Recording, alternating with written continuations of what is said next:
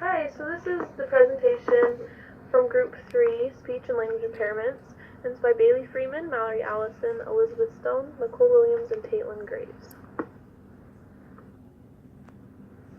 High-incidence disabilities are the most commonly identified learning disabilities, including speech and language impairments, mild intellectual disabilities, and emotional disturbances.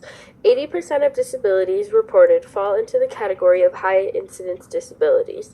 Because high-incidence disabilities are the most commonly identified disabilities, the group is likely to change depending on the disabilities most common at the time. Understanding speech problems. So speech has to do with the mechanical aspects of verbal communication. Speech is the verbal expression of language and includes articulation. Some examples of speech disorders include articulation disorder, lisp, stuttering, and dyslexia. Two examples of speech problems are stuttering and impaired articulation. With stuttering, that's talking with a continued involuntary repetition of sounds. Usually it's the initial consonants, so this affects the ability a child has to speak fluently. Usually children grow out this disorder, especially if they have treatment, but sometimes it can last into adulthood. Interjections are when words and sounds are repeated. So for example, the book was great, I have a great teacher. Prolonged would be like, hey, I want to have some spaghetti too. Or words such as or like are used often. Blocking is when the mouth is positioned to say a word, but no sound comes out, and then after some effort they can complete the word.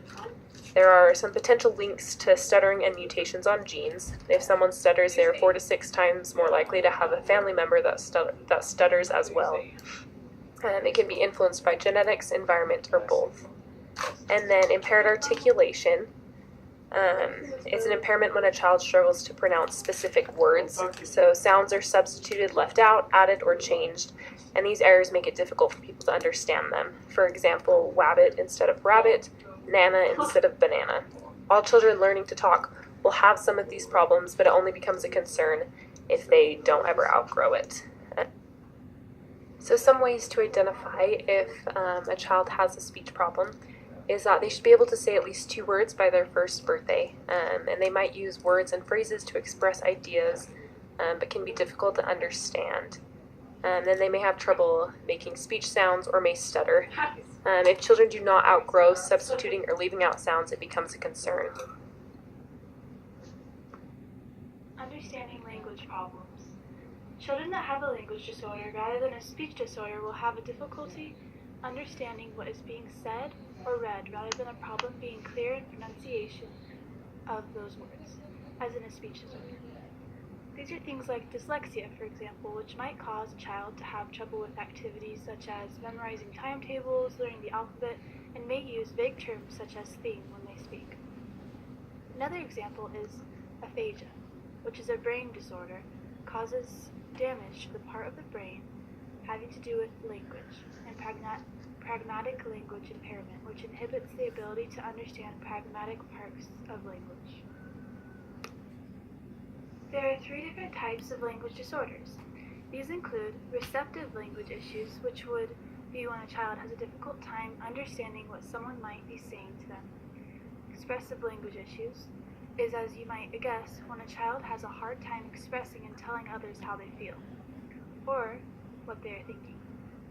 Lastly, there is a mix of the two, called mixed receptive expressive language issues, which is having a hard time understanding others and expressing yourself. What problems can a language-based learning disability cause in the classroom? The child may not be at the correct reading level for the grade. They may have a difficult time spelling things. They might have a difficult time following your directions because they don't quite understand what you ask them to do. As well as, like we said with this dyslexia, they might have a difficult time with any kind of memorization because in something like dyslexia, they might easily mix up the words and letters and get confused. Accommodations at school. It is extremely important for children to have a professional that is well educated and trained in order to know how to best help that student and be able to accommodate their needs at school. It's also crucial to have an IEP set up in the school system so that the parent, teacher, child, and family will all have an understanding of what is going on in the classroom. Accommodations at home and school. So these can be used at home or at school, and children should not be set in front of a TV to learn words, because talking to people is how they'll learn words and be able to communicate best. It's also important to express all ideas clearly for the child to understand. And this is our references for everything in our presentation.